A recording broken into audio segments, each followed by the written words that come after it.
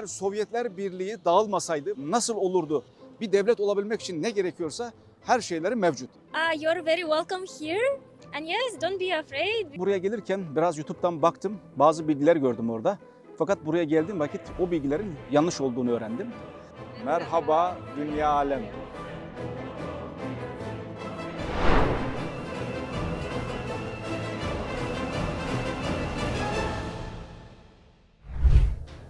Şimdi Moldova sınırını geçtik.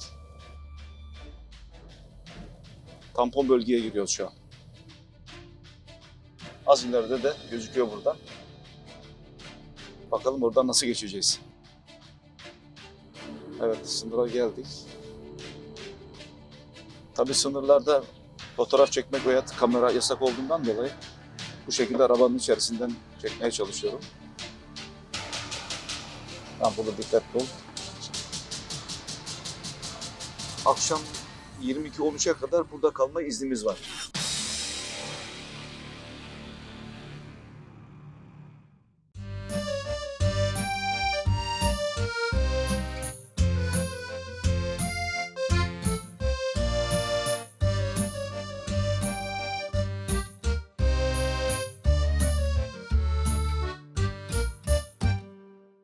Birleşmiş Milletler'in kabul etmediği, haritada yeri olmayan Sovyetler Birliği'nin donuk hali, adeta açık müzesi olan Moldova içerisindeki Defokta Cumhuriyet, Transdniester'den dünya alem herkese merhaba.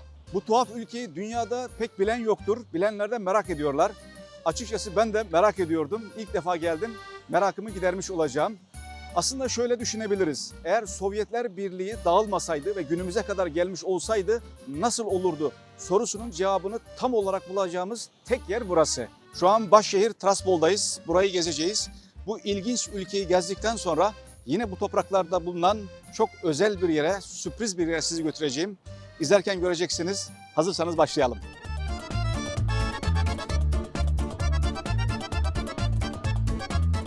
Dniester yaklaşık 4000 kilometre büyüklüğünde bir yer. Aslında çok büyük bir yer değil. Yaklaşık 450 bin nüfus var burada. Nüfusun 2/3'ü Slav ırkından, 1/3 ise Latin ırkından. Fakat burada yaşayan insanların büyük çoğunluğunun 3 pasaportu var. Birisi buranın pasaportu, diğeri Moldovan pasaportu ve öbürü de tabii ki Rus pasaportu.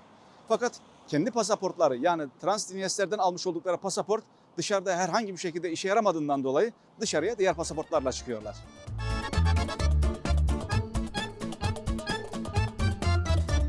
Burası Tiraspol'un tam ortasında Zafer Meydanı. Meydanı Alexander Suvorov adına yapmışlar. Alexander Suvorov kim? O da 19. yüzyılın başında o Osmanlı-Rus harplerinde Osmanlı'yı yenen komutan. 1991 yılında Sovyetler Birliği dağıldıktan sonra burada Moldova bağımsızlığını ilan ediyor, Türkiye Cumhuriyetler gibi. Aynı zamanda Transdniester de Moldova ile beraber bağımsızlığını ilan ediyor. Fakat Moldova bunu tabii kabul etmiyor. Kabul etmediğinden dolayı da yaklaşık 1 yıl savaşıyorlar. 1 yıl sonrasında ateşkes imzalanıyor. Fakat burası Defokta Cumhuriyeti olarak devam ediyor.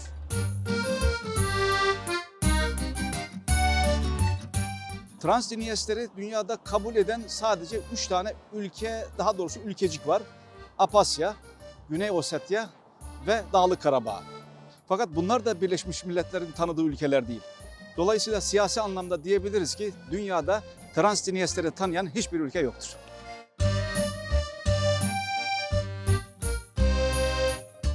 Şehirde caddeler çok geniş, her taraf tertemiz, çiçeklerle süslemişler.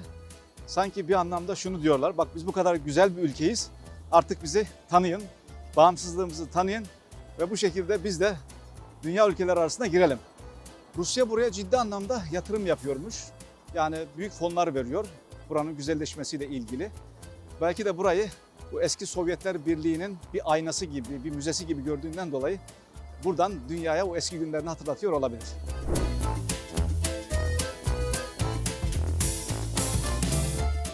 Arkamda görmüş olduğunuz bina Transdniester'in meclis binası. Yani bunların yasama, yürütme, yargı, kendi cumhurbaşkanları, hatta kendi orduları, para birimleri, her şeyleri var. Bir devlet olabilmek için ne gerekiyorsa her şeyleri mevcut. Sadece kabul edilmeyi bekliyorlar. Ama ilginçtir, meclis binalarının üstünde de görüyorsunuz zaten Bir Rus bayrağı var, bir de kendi bayrakları var. Rus bayrağını meclis binalarının üstüne asmalarına rağmen Rusya dahi bu ülkeyi kabul etmiyor. Bu arada bayraklarına baktığınız vakit orak çekici görebiliyorsunuz. Şu an dünyanın başka yerlerinde çok olmayan bir şey, kalmayan bir şey ama burada mevcut. Hatta şu an meclis binasının önündeyiz. Binanın önünde kocaman bir Lenin heykelini görüyoruz. Lenin hala buralarda, bunlar için en büyük kahramanlardan bir tanesi. Zaten ülkeyi dolaşırken sokaklarda o komünizmin kokusunu duyabiliyorsunuz.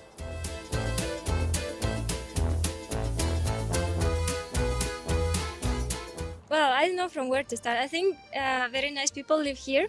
So to be honest, yes, very hospitable. So it's very nice to receive people from different countries here. And this country also has a lot of potential. So now maybe it doesn't seem to be at its best days, but I hope that maybe in the future everything will be much better. How is your relationship with Moldova? I don't know. I think I'm fine. Yes, with different people, different countries. Because the good people and bad people, they are everywhere. So, and the same in Moldova or in Europe, anywhere you go. Have you been in Turkey? No, not yet. But we would really love to go there. Yes. What do you want to say, Turkish people? You're very welcome here. And yes, don't be afraid. I know we are just normal people, so we would be happy to receive you here and show our hospitality. And we hope that you enjoy our food. I know that in Turkey the food is also very good. And yes, it's a little bit probably different from the rest of Europe, but it's fine. Alona'nın dediği gibi gerçekten geldik burada. Halkla da böyle muhabbetlerimiz oldu. İnsanlar normal insanlar, evet. İnsanlar sempatik insanlar. Yani buraya çekinmeden, korkmadan ziyarete gelebilirsiniz. Değişik bir tecrübe olur sizin için.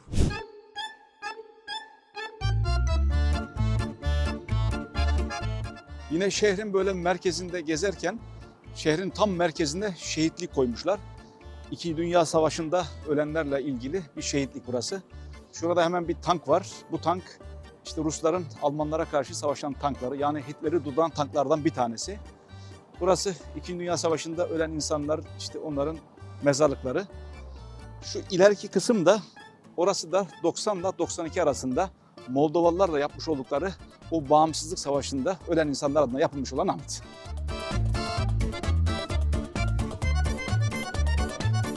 Kim olduğunu bilmiyorum ama şehrin oligarklarındanmış. Şehrin her tarafında şerif var. Benzin istasyonları şerif, marketler şerif. Hatta şu arkamda görmüş olduğunuz stadyum, o da şerif takımına ait. Bildiğiniz o Tiraspol Şerif, biz Moldovan takımı diyebiliyoruz ama aslında o Transdniyester'de olan bir futbol takımı. Hatırlarsınız Beşiktaş'tan, hatta geçen sene Real Madrid'de 2-1 yenmişti.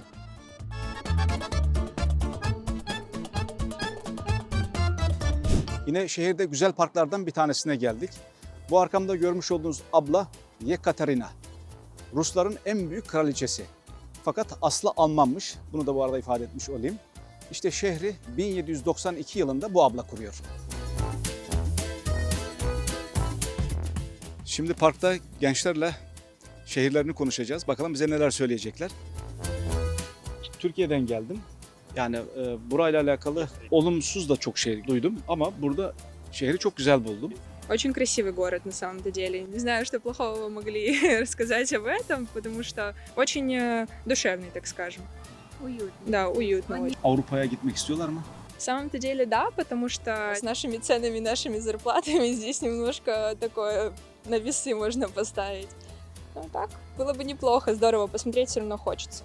Transdniyester'in Rusya'ya mı yoksa Avrupa'ya mı entegre olmasını istersiniz? Но мы все равно ближе с Россией, потому что менталитет, как правило, у нас более похож, и, наверное, Россия ближе. İnsanlar burayı bilmedikleri için buradan korkuyorlar. Mesela Türkiye'dekiler de çok bilmiyorlar burayı. Türkiye'dekilere ne demek istersiniz? Ну, Приднестровье абсолютно спокойная страна, то есть сюда можно спокойно приехать, вас никто здесь не отсудит. Очень-очень рады туристам, то есть максимально очень приятно и тепло от них отзываются, потому что это наши гости, и мы должны их с теплом встречать на самом деле, поэтому как бы не надо бояться, надо наоборот стремиться гулять, отдыхать. У нас очень доброжелательные люди на самом деле. Очень классно у нас, приезжайте. Merhaba dünya alem. Gezdik, dolaştık, yorulduk. Şimdi Dniester Nehri'nin kenarında dinleniyoruz. Açıkça söylemek gerekirse Transdniester'i ben çok daha iyi buldum. Çok daha güzel buldum. Özellikle Tiraspol şehri, yani bu şehir çok güzel bir şehir. Bizim orada öyle derler. Gıcır gıcır bir şehir. Rusya buraya gerçekten güzel yatırım yapmış. Birçok şeyi yenilenmiş.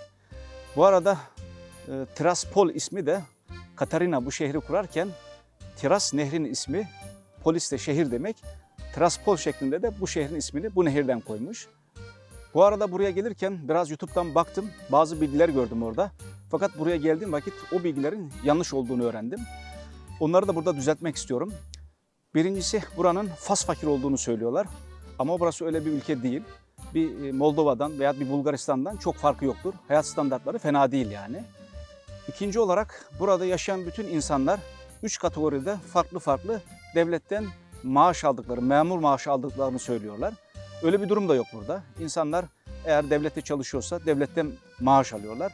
Özel bir sektörde çalışıyorsalar kazançlarını özel sektörden elde ediyorlar. Üçüncü olarak da buradaki bütün binaları devletin yaptığını söylüyorlar, yazıyorlar bazı yerlerde. Öyle bir şey de yok burada. İnsanlar kendi evlerini yapabiliyorlar. Devletin de burada her evlenene, herkese ev verme gibi mecburiyeti de yoktur. Tiraspol şehrini gezdik. Gerçekten bizim için de güzel bir gezi oldu, güzel bir deneyim oldu. Şimdi buradan videonun başında da söylediğim o sürpriz yere doğru gideceğiz. Ben de heyecanlıyım. Bakalım bizi neler bekliyor.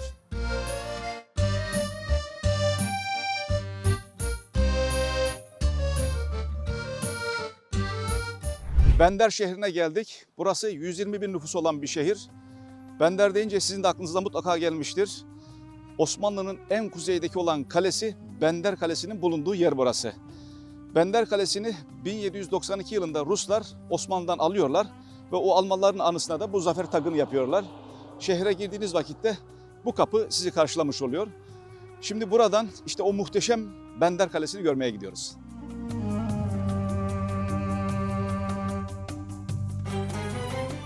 Tarihi muhteşem Bender Kalesi'ne geldik. Gerçekten çok güzel bir kale. Etrafında surlarla, hendeklerle tam böyle Dniester Nehri'nin kenarına yapılmış, stratejik önemi çok büyük olan bir kale. Aslında bu kaleyi ilk olarak Moldova Prensliği yaptırıyor. Kırım Tatarlarından ve Ukraynalardan gelen saldırılara karşı burayı, ülkeyi koruma amaçlı bir stratejik nokta olarak yapıyor. Moldova Prensliği Osmanlı'ya haraç ödemeyi reddedince, bir de Polonyalılarla iş tutunca Kanuni Sultan Süleyman o meşhur Bogdan Seferi'ni başlatıyor ve ordusuyla beraber gelip bu kaleyi kuşatıyor. O zaman için Büyük Stefan denen Stefan Çelmare'nin oğlu olan Petru Rareș kaleyi savunmaya çalışıyor ama tabii savunamıyor. Sonra kale Osmanlı tarafından fethediliyor ve Petru Rareș de Polonya'ya kaçıyor. Bu arada Osmanlı için çok önemli bir şahsiyet olan birisi de bu sefer esnasında keşfediliyor. Kanuni Sultan Süleyman Prut Nehri'nden geçip buraya gelmek isterken nehir çok hızlı aktığından dolayı harp mimarlarına köprü yaptırmak istiyor ama hiçbirisi başarılı olamıyor. Hepsinin yapmış olduğu köprüyü nehirler alıp götürüyor. Sonra Mimar Sinan, tabii o zaman için mimar olarak adlandırılmıyor. Sinan diye birisinin olduğunu söylüyorlar ordunun içerisinde. Onun yapabileceğini söylüyorlar ve Kanuni Sultan Süleyman'ın önüne getiriyorlar. Kanuni de ona eğer bu köprüyü yaparsan sana işte şu kadar ödül vereceğim diyor. Ama eğer beceremezsen de kelleni alırım diyor. Sonra Mimar Sinan o köprüyü yapıyor ve başarılı bir şekilde ordu Prut Nehri'ni geçiyor. Daha sonra gelip bu kaleyi kuşatıyor. İşte bu kale kuşatılırken de çok ciddi anlamda toplardan zarar görüyor. Adeta yıkılıyor. Ve sonra Kanuni Sultan Süleyman buranın stratejik öneminden dolayı, bir de burayı çok sevdiğinden dolayı Mimar Sinan'a ilk iş olarak, tabiri yerindeyse, bu kaleyi inşa etmesini söylüyor. Ve Mimar Sinan bu kaleyi adeta yeni baştan tekrardan çok güzel bir şekilde yapıyor. İşte gördüğünüz gibi muhteşem bir mimari, Mimar Sinan mimarisini bu kalede görebiliyoruz.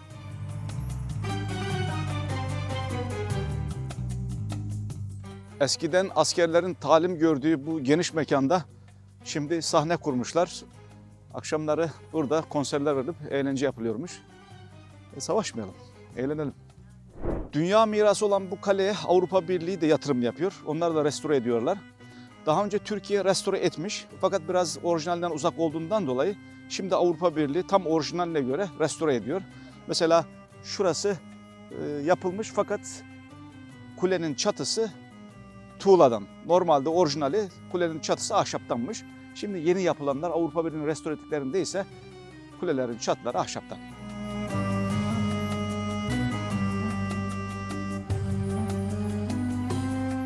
Şimdi kalenin en yüksek burcuna tırmanıyoruz. Kale Dniester Nehri'nin böyle en dar olduğu yere yapılmış. Kontrol daha rahat sağlanabilsin diye.